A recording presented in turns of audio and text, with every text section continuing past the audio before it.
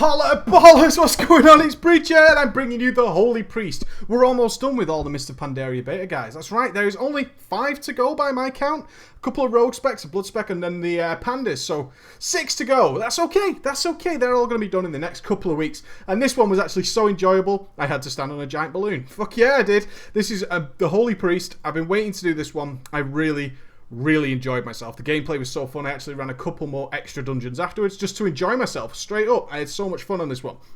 Let's jump into it, shall we? Holy Priests! What do we get as a Holy Priest? Holy Priests are one of those things where this screen, this straight up screen, is not telling you the whole story. It really is not. There's so much more that comes with the Holy Priest, and we'll talk about them in the talents. But straight up, you get Circle of Healing. Healing 5 targets for some nice amount.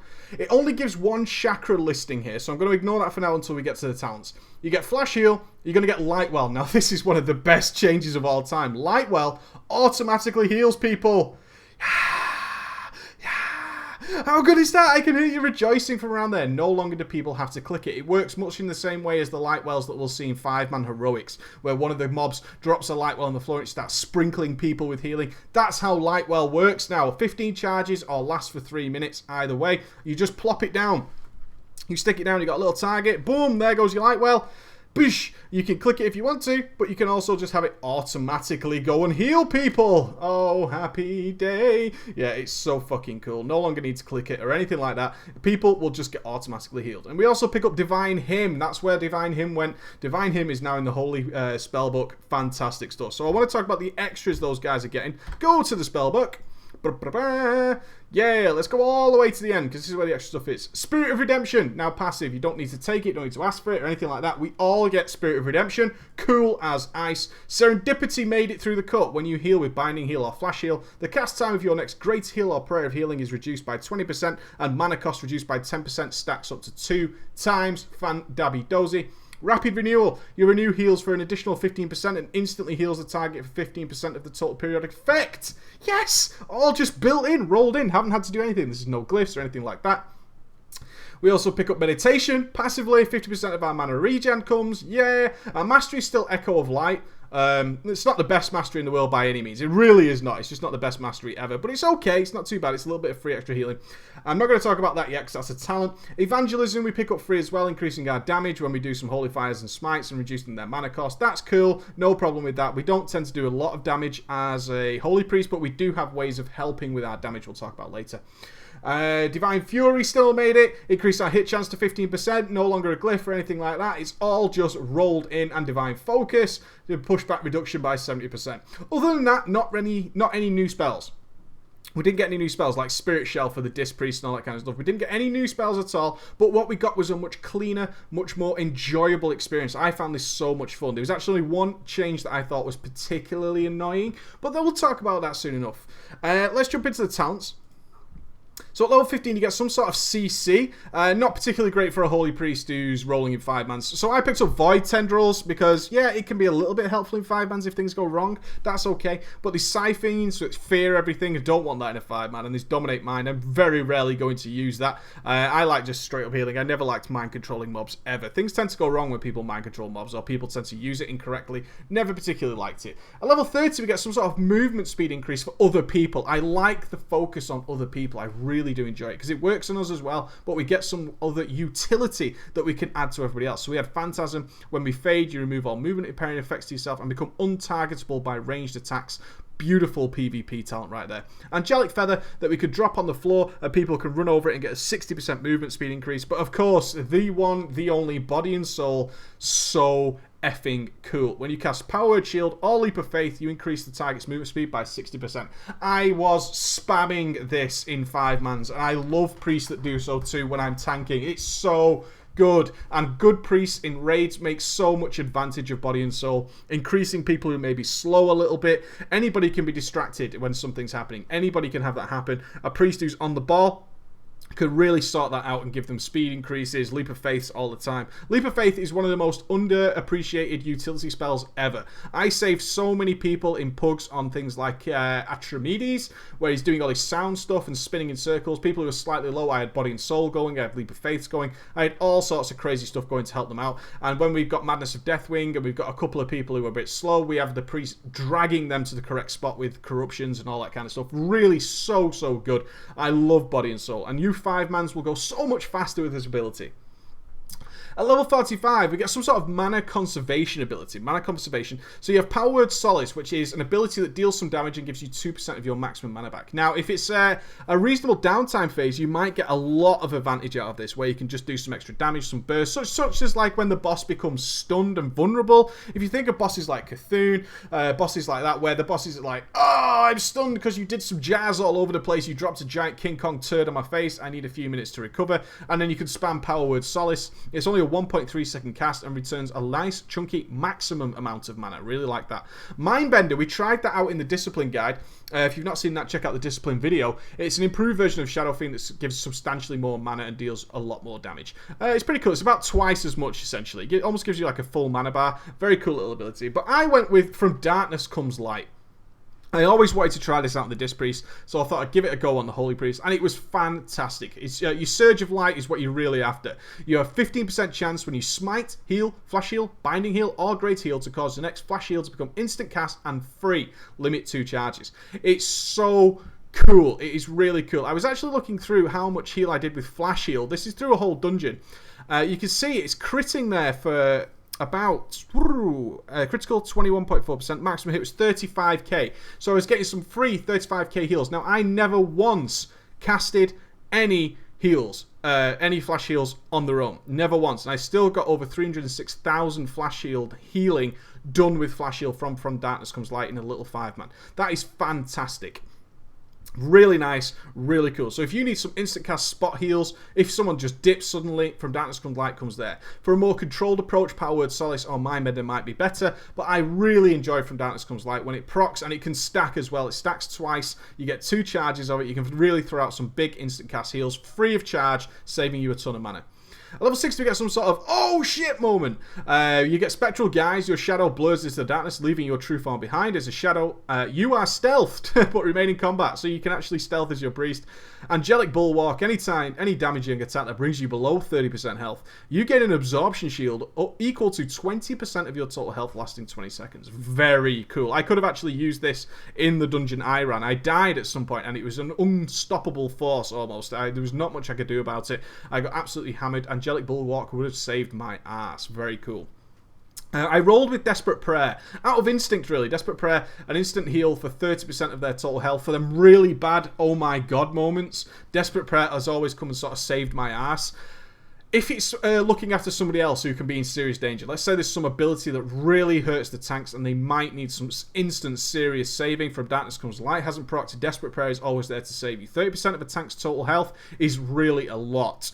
It's something to be aware of, and Desperate Prayer can come in handy there. If there's a big risk of me dying, I'm going to roll with Angelic Bulwark. Those are your choices there, and those are the situations you're going to be in.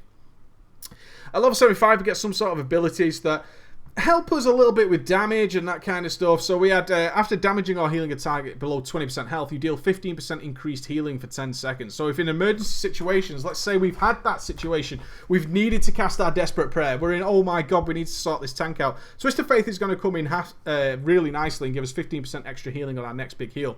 You've got Power Infusion, increasing your spell casting speed and reducing your mana, the same as it does in Cataclysm. Power Infusion now available to the Holy Priest, very cool. I rolled with Divine Insight. When you cast Greater Heal, there is a 40% chance your next Prayer of Mending will not trigger its cooldown and will jump to each target instantly. It's just like, boom, so much healing. It is so cool. You can see, Prayer of Mending, I got over 1 million damage out of there. Really cool. 27k. It's on a low cooldown anyway, and with Divine Insight, it just fires off and does a great amount of healing. So if you've got a fight with some big AoE healing going on, Divine Insight is very, very cool. Really like it. So we've got a couple of things. Is DPS more important? Power Infusion. Is this some emergency moments? Twist of Fate. Is it a nice big AoE healing fight? Divine Insight. Very cool. In terms of the level 90 tanks, I'm not going to say much about them because there's still so much playing around going on with them. They're very situational. Very, very situational. Cascade situational, Divine Star situational, Halo situational. I talk about them heavily in the Disc Priest video, so go and check that out if you want my thoughts on that originally. It's still up in the air as to which one's the best. Halo seems to be winning. Halo seems to be the one that's standing out the most, as it does some damage and some healing to absolutely everybody in those AoE situations. Halo seems to be the one that people are rolling with the most. It seems to be the winner. It's not as situational as Divine Star and Cascade, so Halo seems to be the one that they're going for. Right, I want to talk about Chakra quickly before we jump into some gameplay. Chakras have been changed. This is the only thing I found particularly annoying. Chakra used to be an ability that we fired off an ability called Chakra, and then our next spell dictated what kind of Chakra we would get. So we would fire Chakra. If we did a Prayer of Healing, we've got the Chakra that increases our AoE healing substantially. If we fired off the Chakra and did a single heal or anything like that, we've got our Chakra that increases our healing on single targets even more. And if we did a damaging spell after firing off Chakra, we've got our next Chakra, which was Chastise, which increased our damage done. Very cool, very easy to operate. What they've decided to do is give Chakra 3 different individual bindings. Now, I'm not too impressed with that. I don't think it's necessary, because we can always start a boss, and to switch a fight is not that important. At most, we lose 1 cast while we get into spamming, but if we need to change Chakra to Sanctuary for our AoE healing, losing a little bit of healing on 1 spell isn't the end of the world. The same with Serenity. It's really not that bad at all. So, yeah, that's the only change I didn't particularly like. I love the changes to Lightwell. I love the changes to everything else, and I love how the spec plays, and I'm going to show you that shortly. But this was the only thing. It's just annoying to have these 3 extra spells. We had a much cleaner interface, and it was all looking very cool. With this, I didn't particularly enjoy it at all. Let's talk about the glyphs. There's some cool glyphs, actually. I didn't take any because I didn't particularly think that any was open to me, but let's talk about it. Circle of Healing. Your Circle of Healing spell heals 1 additional target, but its mana cost is increased by 35%. That's a lot, man. That is a big increase for 1 extra heal, 35%. That's, I don't know, you know? It's one of the things where I was like, eh. This is an ability I wish I would have taken in the last dungeon, this Glyph. Glyph of Desperation allows your Guardian Spirit and your Pain Suppression to be cast while stunned. So obviously, Holy gets Guardian Spirit. There it is. Woo! Guardian Spirit. The worst graphic EU. A little bit of wings. I got stunned and then I died. I was at 100% health for the entire dungeon and 100% mana. But this, I just got stunned and died. And being able to cast Guardian Spirit while I was stunned would have saved my ass. That is the be-all and end-all of it. So I kind of wish I would have taken that glyph, but it's not applying to every boss, of course. Holy Fire gives it instant cast Holy Fire. Pretty cool if you've got a big damage phase. The Glyph of Holy Nova. Is anybody ever going to take this? No. No, we're not going to take it. You're wrong. Leap of Faith also clears movement impairment effects. Again, situational, but nothing wrong with it. Increase your movement speed while levitating. That's okay. Now, Lightwell Holy. Increase the total amount of charges by your Lightwell by 2. Cool, nothing wrong with that. Mass Dispel reduced the cast time of Mass Dispel by 1 second. There are some raid bosses that need Mass Dispelling. There are some big shields that bosses put on them. I think they're called the Spirit Kings. I want to say the Spirit Kings. The Spirit Kings get a shield that's very much like a Divine Shield from a Paladin that can only be removed with Shattering Throw or Mass Dispel. Now, Shattering Throw has a huge cooldown, 5 minutes. So Mass Dispel is the spell of the day. That reduced cast time of 1 second is the way to go. Very cool and situational again. Prayer of Mending. The first charge of Prayer of Mending heals for an additional 60%, but your Prayer of Mending has 1 fewer charges. Not that bad for a 5-man. We tend to be Prayer of Mending the tank. They tend to need more healing. Simple as. And not everybody in the 5-man always needs healing. So when you're doing your 5-man spec, I would recommend Prayer of Mending. Purify is still there. Your Purify spell also heals for 3% of your maximum health when you successfully dispel. So if you're not a newbie and you're not spamming dispel when you don't need to, you're going to get benefits from that. Your Renew heals for 33% more each time it heals, but its duration is removed. What the hell?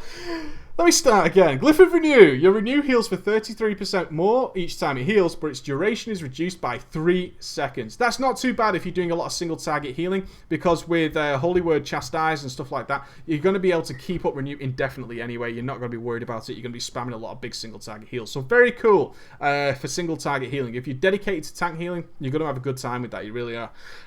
Spirit of Redemption. Increase the duration of Spirit of Redemption by 10 seconds. It's just one of them glyphs that you're probably going to have to pick up anyway. Nothing else to pick. But there's Glyph of Light Spring. This is the one I was talking about earlier. Transforms your Lightwell into a Light Spring. It creates a Light Spring. Every 1 second, the Light Spring will attempt to heal party or raid members lower than 50% health for 31,000 damage over 5.43 seconds. Attacks done to the target equal to 30% of your total health will cancel this effect. Light Spring will last for 3 minutes or until 15 heals are expended. This is so effing good. It really is. The healing from Lightwell has gone up by immense amounts because this has been down, even in top end rates. Light Spring is just the way to go. You want that glyph, you need that glyph, you want it in your life, believe me. Alright, let's jump into some gameplay now and see exactly how this thing's rocking and rolling. Okay, so I jumped into some gameplay for you guys. What a rare treat this was for me. Sometimes I'm doing a video and I'm thinking, you know what, they've not changed much, there's not much for me to show the ballers. And Holy Priests were in a similar situation. There's a special place in my heart for the Holy Priest. It was my original raiding character back in vanilla. I had such a long journey. Oh, he throws in that word again. I had such a terrific journey with my Troll Priest wearing no shoes, being an absolute gangster. I had a great time, but this was so fun. I did 3 or 4 dungeons. Oh, wait a minute.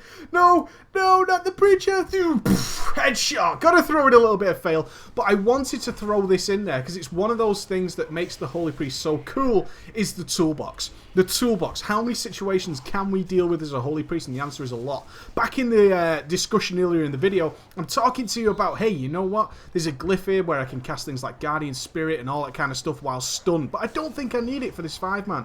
Hell no, if I was in that situation then and I had glyphed that, I could have saved myself. Just another tool in the toolbox. I never expected to need it, but next time I did this boss on my Holy Priest, you better believe I had that glyph ready, just in case of those random situations that pull up when you get caught with your pants down. King Kong's coming at you. He's got his thing ready to stick right in your brown eye. And I was ready. I was absolutely ready. The other great thing about this boss is usually it's so boring, but not with a Holy Priest. To DPS it, it's not very interesting. To tank it's not very interesting. In fact, to heal with any other healer, it's not that great. But with a Holy Priest, it's just so much fun. It really is. There's so many things to be doing. You can see that a procker from Darkness comes light, give me that free flash heal. Almost died again, getting some serious healing aggro, but no, Preacher rescued it using all the tools in the toolbox. So what are these tools? It's the ability to cope with any situation. It's a rare gift for a healer to have that ability. You throw a situation at a Holy Priest, you know what? He just laughs right back in your face, and I absolutely adore that. Is it a single target healing situation? Is that tank taking super serial damage constantly? What am I going to do? You know what? I'm going to switch up my Sanctuaries to Serenity, my Chakra, and then I'm going to go into full single target healing mode. I'm going to keep a super powerful renew on you all the time. I've got a 25% bonus crit to my single target heals from using my power word. I'm also going to keep chaining heal after heal after heal onto that tank, and he's in no danger at all. He's never going to be in danger. It's absolutely fantastic. But whoa, it just got switched up. Now I've got a AoE heal. Ain't no big deal, son. I just switched my Chakra over to Sanctuary, and boom, I am now a solid AoE healer dealing with all sorts of crazy nonsense constantly, and massive amounts of healing being shot out of me. It's that amazing ability to just constantly be doing something. It's a rarity. It's a complete rarity to have the ability to always be doing something. You take your Resto Druids and your Resto Shamans. Yeah, I've got pretty decent AoE healing. I've got Healing Stream, I've got Healing Tide, I've got a few Riptides with the Glyphs and Chain Heals, but that relies on people sort of being together and all that. Holy Priest is like, dude, it doesn't matter to me. You know why? Because I can switch my Sanctuary up. I can then go into big powerful renews. I can run around like a madman. I could drop Prayer of Mendings, Circle of Healings. I've got all these tools at my leisure. I could do what the hell I want with them all the time, and I can make them more powerful when it's necessary. I can make that choice. Oh, I need more AoE healing now? Boom, Chakra. Oh, I need to switch back to single target for this phase. Boom, Chakra change. It's just absolute headshots left and right, and we can even throw in some DPS. The Holy Priest is just one of those classes that can always be doing something, and I love them for that. I did so many dungeons on this guy. I was like, I can film this one for the channel, but hell no, I was like, I'm doing another dungeon, I'm doing another dungeon, I'm doing another dungeon. Even on the move, oh, we need to move a hell of a lot for this fight. No big deal. I can switch it up. I've got loads of single target individual spells that are instant cast. I can fire them on the move. My Prayer of Mending's bouncing around, my Renew's bouncing around. We were just talking about people being stood on opposite sides of the room, like here. We've got a Druid on one side, we've got a Hunter on the other side. No problem at all. You stand where you want, buddies, because I'm going to move around. I'm going to get my Prayer of Mending bouncing. I'm going to get a Renew on one side of the room. I'm going to get a Renew on the other side of the room. I'm going to circle a healing in the middle. I'm just coping with it all day. Bring it on. Absolutely bring it on. And there you go. Throwing out some DPS because I've got a free global cooldown. By using smart chakra states, I've got great mana conservation, I can keep moving, I don't get the stacking debuff, I'm keeping the group 100% of the time, and remember, this is after a battle res, I'm missing the normal group buffs. It's no problem. It's no problem at all. I'm coping with it. There's barely a moment in this entire dungeon where I'm not doing something that helps the group. How many healers can say that? Mr. Pandaria Holy Priest, guys, enjoy it and love it. You take it easy, heroes.